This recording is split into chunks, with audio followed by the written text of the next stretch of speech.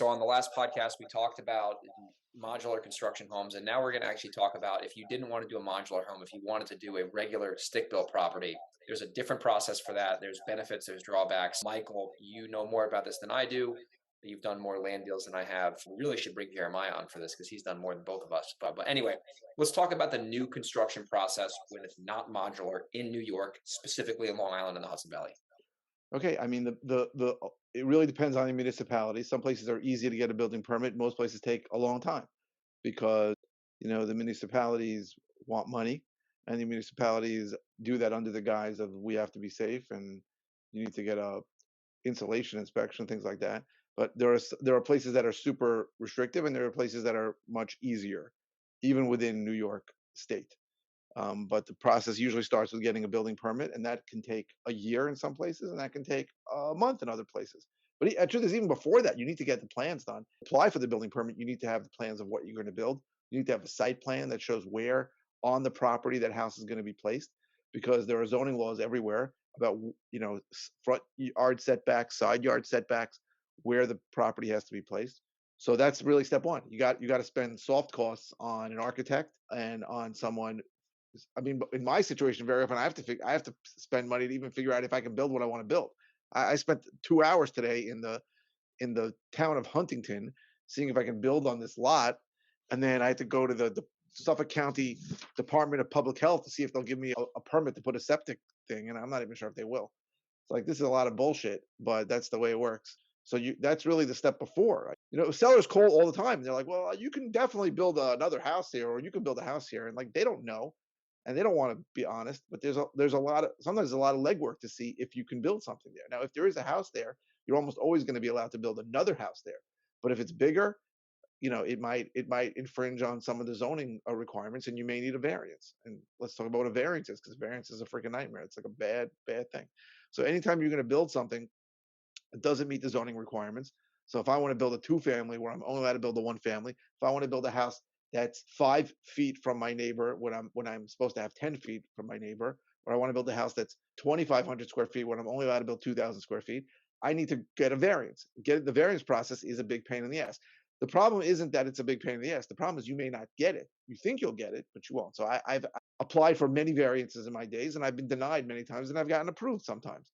But the process usually requires you to submit an application for what you want to build, to get rejected for the following reasons, and then to get an appointment to go in front of the Board of Zoning Appeals or the Zoning Board of Appeals, or depending on what they call it.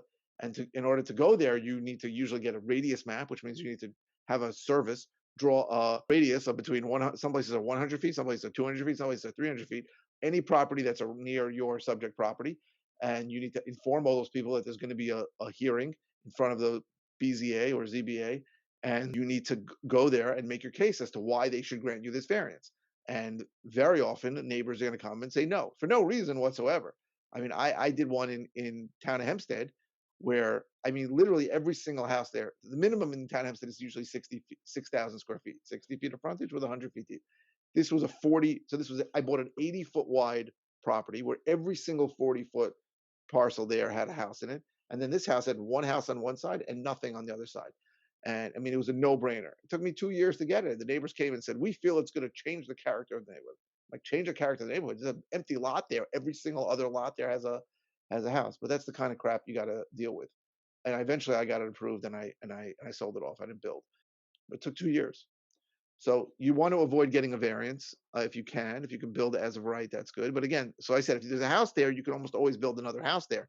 But it has to, if it's any bigger, or if you move it at all, you could trigger some kind of zoning violation, and you would need a variance to get it. That's huge because when you could just build on something that's already there, it makes the process even easier. So, especially if you're trying to put a bigger property on the same lot, because a lot of the building lots are like you can only build a 3,000 square foot house, but if it doesn't make sense to do that, you can only build a 5,000 square foot house. You have to then find a way You to got get around that. you got to get a variance. And You again, got to get a variance. besides the fact that a variance is costly, right? It can cost sometimes $15,000 in costs and fees. The problem is you just there's no surety you're going to get it. Right? Ideally, in that situation, you'll go to contract on the property subject to approval. So you'll tell the seller, I think I don't want to buy it unless I can build on it. So well, let's go to contract. I'll put down some deposit. I'm not going to be required to close until the whatever board it says I can build on it. Until I'm issued Yeah. a building permit. So now let me go through the rest of the process and I want you to try to correct me if I'm wrong. So let's say you get all the soft cost plans, everything approved, you get your building permit to start the project. Step one, you'd pour the foundation. Step two, you'd frame the house. Step three, you'd probably put a roof and windows and rough plumbing, rough electric. Step four, you'd insulate and sheetrock the house. Well, no, there's a few steps before that. So Okay, that's once fine. the exterior of the house is sheathed, which means it's closed, sometimes they'll put up, like Tyvek, Plywood and then wrap. and then they'll put some kind of vapor barrier around it. That's when the fun stuff starts. Like everything you just said is super quick. You can't imagine how fast a good team can frame a house. It's unbelievable. How But quick? then everything that goes behind the walls is what happens then. So plumbing, electrical, insulation, as you said, HVAC, right? If you're running ductwork, all that stuff is going behind the walls, and you can't put the sheetrock up until all that stuff is behind the walls. And there's a lot of complication there. What I just said is the simple means, but like the plumber may find, I can't go around this bend. There's some kind of problem. We got to drill a hole or that kind of thing. So you can't putting up this once the sheetrock goes up. It's usually pretty quick. It's in between the time that you sheathe the outside of the house and the sheetrock that goes up is really where a lot of things take a long time and get complicated and piss off a lot of people. So when you say sheet, so you frame the house, you put the roof on it, you put the windows in, and then you put the plywood and the house wrap around the property, and then you would side it, and then you have basically a shell. So you don't need to side it, right? The siding can come anytime. Siding can be done last once that's done. Once the house is sheathed, as we said, so it's got all the plywood and it's usually got a vapor barrier around it. At that point, they can start doing the trade work that I just said inside. So but that's really where things slow down, get complicated, and because things are sequential and they have to happen in a certain order, right? The plumber, wants things to be open and wide, and then he looks at the plans and sees something that a pipe can't really go where you thought it could go Mm, for some that's reason you when don't it know, gets good. right? Electrical usually is pretty quick, but then you don't want to put the insulation in between the 2x4s either till all that stuff is done. And then if there's HVAC and they got to run duct work, and sometimes they're running duct work, and then the HVAC guy will come early, and the plumbing guy goes, he ran a duct right where I have to run this pipe. That's the kind of thing where they people bump into each other. That's what I find, and That that's makes the sense. part. To me, that's the part that takes the longest, right? If somebody tells me that their house is already sheetrocked, I'm thinking it should move quickly. Now sometimes it can take a long time because they're ordering some tile that's coming in on a boat from Italy for their master bathroom or their kitchen. Those things can take time. But assuming you are not crazy about the things you do, sometimes you're putting in an elevator. These things can take a long time. But somebody tells me the house is sheetrock and I know that they're not nuts, or if they've ordered their stuff way in advance, which they should have, then usually it should be a pretty quick job to at least where they can move in. It may not be finished, there may be punch list items, but after you put the sheetrock up, it's really just So rehab, flooring, yeah, flooring, kitchen, kitchens and bathrooms. bathrooms. When we say plumbing, it's the rough plumbing's in, so the bathtubs are in, all the plumbing's behind the walls. Knobs for the shower aren't on, but you own those because you bought the shower body that goes behind the wall. So like everything else should be relatively easy. I Sure. know on higher level houses, there's always some kind of thing where you screwed up and you missed a box of tile and you got to match it perfectly. So you found one box of tile that's in Malaysia and you got to get it. But you can move into that house before that last piece of tile is up there. That kind of thing. You should ask Jeremiah about this East Hampton house. Ask him about that experience. He's like, it's a great deal, but it's driving him crazy with I the know. I mean, it's a big project and it's taking a huge long time. project. Yeah, 3.5, $4 million house. So let's say you get this project done, you get the thing sheetrocked, you finish the house. Once you have closed the walls up, it's a rehab. What would you assume? And let's try like we're talking about a normal house that's 3,000 square feet that's going to sell for $800,000, maybe $900,000, not under $1 million. What do you think the like all in hard cost is to build a property? Because it's a lot different than rehabbing because there's a lot of external things. Like we can do it per square foot, rough estimate, about $300 a foot, I'm thinking. Yeah, it's usually about that. On stick built, that's what it's going to come out to. That's 900 grand if you're building a 3,000 square foot And that house. depends and that depends on the finish. First of all, 3,000 square feet is a pretty big house, right? It's bigger than most houses that I do. I'd say 2,000, 2,200 is probably more in the realm of what you're going to do. But You yeah, can't build new in Long Island if it's not going to sell for at least $1 million because it doesn't make any sense. Right. Well, it depends what you get the land for, and it depends Yeah, what you're going to build, and it depends where. Right. There are places where you're not going to do that. But costs have gone up a lot. Right. You used to be able to build 200 a square foot without a problem. But the last 10 years, the costs have really keep creeping up. Labor costs have gone up. All these things go into it, and it's expensive. I know a guy who builds high end houses, and he's saying that he's discouraged because his costs to build are so much higher than he used to estimate. But yeah, I would say, I mean, it's going to be a minimum of 300 square feet if you're going to sell a house for $1 million. It's probably going to be more. And really, it can depend on your finishes. You can spend $80,000 on appliances, and you can spend $5,000 on appliances. I mean, that's going to affect your per square foot cost significantly. Just on kitchen appliances can make a huge difference. So if you're building a $3-4 million house, you might spend 40, 50 grand on appliances without blinking an eye. Sub-zero fridge and a Viking yeah, stove and those things. Viking. Those are a fortune. There's a huge, huge range of what you could spend. Yeah. Like, the luxury is obviously different because there's custom stuff. Like, I'm talking like your typical house, you're putting in nice stuff, but you're not putting in tile from Italy. You're probably looking at about 300, 250 to 300 a foot. 250. Yeah, I listen. If you're going to build to sell, you want to be 250. closer to 250, Yeah. right? So you can build a 2,000 square foot house for 500 grand. You buy that land for 300,000. You sell it for a million. You'll make a little bit of money. I'd say there's more 2,000 square foot homes being built than there are 3,000 square foot homes. 2,000 Yeah. square foot is pretty decent size for these days. But again, if you're building a 3,000 square foot home and spending $900,000 on it, you better be selling it for You got to be, 1.6, that's the thing with the new construction. 1.8. So, like, I'll give you an example. I was talking with my SEO guy today. He moved to Texas. His name's Keith, and he was like basically saying like, you can buy a new construction home for 400 grand in Texas. And I'm like, how the hell could someone In even? Houston, Yeah, how could in you Houston, build a house for like anything less than? It doesn't they make any build sense. cheaper. They do cheaper labor, and that's just what goes on there. Like Oh my there's god. an Orthodox Jewish community in Houston where you could buy a freaking mansion for 600 grand in Houston. But it's not like that in Dallas. In Dallas, that same house will be a million one. It'll be more. Houston, I was shocked at the affordability of Houston. It really is an amazing place to go if you want affordability. But then there's new construction in other places that'll be 250. I don't know how they do it either. I think it's just what's assumed. Now it may be lower quality, but I assume labor costs are a big part of it also. And you're probably getting the land for nothing. You're probably getting the land for 15, 20 grand. Because you can't make that work because you have to practically get the land for free. That's why a lot of like lot splits make sense. Because if you can buy a house for market value and split the lot, you get two lots for the price of one, and then 100%, you have a blank absolutely. slate. And that's where people don't understand. Like, in our area, like, there's so many opportunities in Westchester and Long Island where if you really know the market well and you can split a lot, or the values in the land, you can make a lot of money even just wholesaling these properties, because a lot of builders don't go direct to seller. They're using agents, they're going on the market, they're looking at stuff. So if you can under I feel like this is like real estate investing 2.0, because I think the beginner, this is more like not for them because they can't even make a cold call. But when you really know your market, like this would be tough to do at scale nationally. But if you really know your local market and oh, this guy builds properties, he sells them for 3.5, he pays about 1 million for the dirt.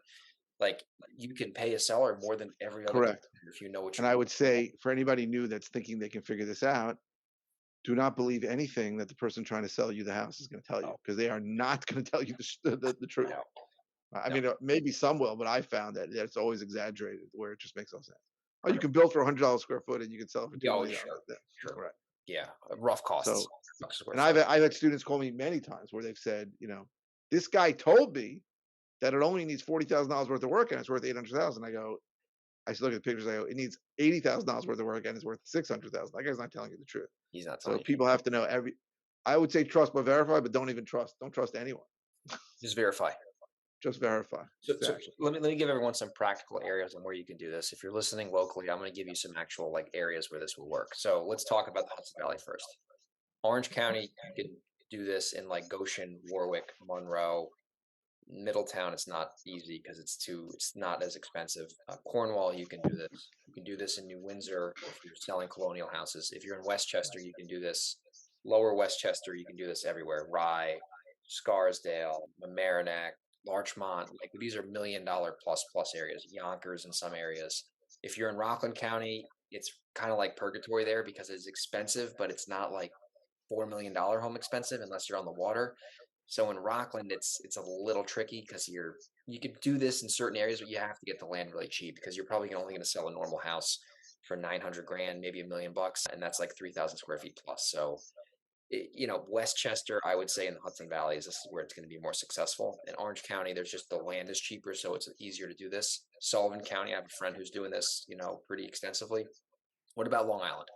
It works in most places. You want to stay away from the lower end areas, So what as you would that said. be? Where What would an example of that be if someone's like living, they don't know Long Island too well? I mean, most of them are Suffolk County. So Wyandanch, just some parts of Bellport, you got to be careful. Mastic and Shirley. But even as I say that, there are parts of those areas. A lot of them have water or waterfront where you can make money if you get a waterfront lot. So what's important is if you're looking at something like this, you really have to look at what new construction is going for, comparable new construction, and Yes, sometimes that's going to be significantly more than what a decent house, even an ARV house, is going to go for. absolutely. There are people who only want new construction. There are plenty of people who only want something where they feel like they're not going to have to do a thing to it. So you need to really comp it out based on that. Do not comp it out based on what houses are going for. That's a mistake I see people make all the time. And I see people making mistakes with the other way around, where they'll show me a comp and I'll go, that's new construction. You cannot use that as a comp for a house that you're going to renovate. It's not the same. Yeah, It's definitely a skill to see. And really, if you're smart, you look at what new construction sells for, and then you can look back and see what the builders paid for the lot. that's the That goal. will give you a much better The idea of houses. what the builders paid for a lot. The problem is that sometimes those are a year ago or 2 years ago. Things might have changed, right? I can tell you plenty of builders who got really lucky in that they built slow and the value went up and they got more money for it. That's something I do all the time. If I'm looking for what a lot is worth and I don't want to build on it, I'll find the new construction and I'll back in. I'll see what they paid for it. That makes sense. Let me ask you this, and then we'll start to wrap the show up. In most areas in Nassau County, can you do this can you do the knockdown rebuild, or is that not that popular in Nassau? Like, let's say in a random town, let's say like Jericho. I'm just pulling that out. I mean, that's a nice area. So Jericho's a super high end area. It's one of the top school districts in the country. You can do it if you can, again, if you can buy the property at a deep enough discount, because a nice house in Jericho could go for 1.5, $2 million. Okay, so that would work. Yeah. It's always a function of what you're buying the property for, Okay. right? It's if you could buy it at a significant discount, it could work. There are a lot of parts of Long Island where there are. I mean, there's some of the highest zip codes in the country are in Long Island also, Muttontown, Upper Brookville, and weird places that have 500 houses in them because the houses are 3 acres each. Right? Yeah, you can make a lot of money there. But you've got to understand, there's only so many people that are going to spend $3-4 million for a house. So the days on market are significant, right? You got to find that one prince when a lot of people are just not going to look at it. But there are people that only operate in that space, and they do fine. But there's a lot of areas on Long Island where it can work. An area that's been doing a lot of it I see lately is Plainview and That's Merrick. what I was just gonna say. Naman has done this before.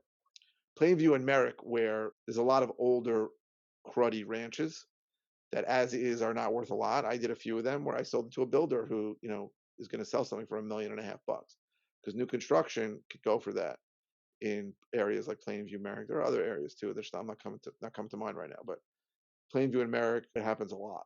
So let You me see a ask you this lot. about Plainview. Let's just use a quick case study. It doesn't have to be an actual deal.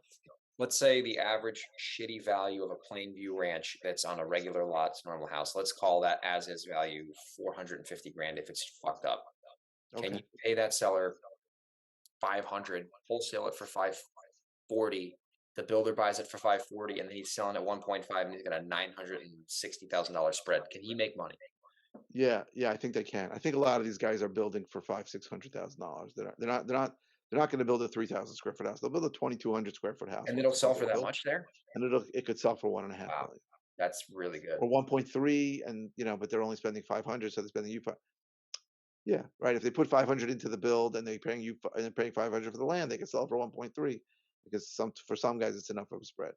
For some guys, they got spooked, right? Last summer, the end of last summer scared the crap out of a lot of people, Yeah, right? And here's the truth. The truth is that the rise in interest rates has reduced demand for the higher end homes, right? These are higher end homes, so big only for time, over $1 million. big time. But it doesn't mean that there wasn't a guy who was looking to spend 2 million who now will buy a house for 1.3, right? It's all what I've seen, and people have. I don't know why people aren't talking about this, but what I've seen is that people that were looking for X price last summer and were hoping to get it for a 3% interest rate, now it's 7% interest rate.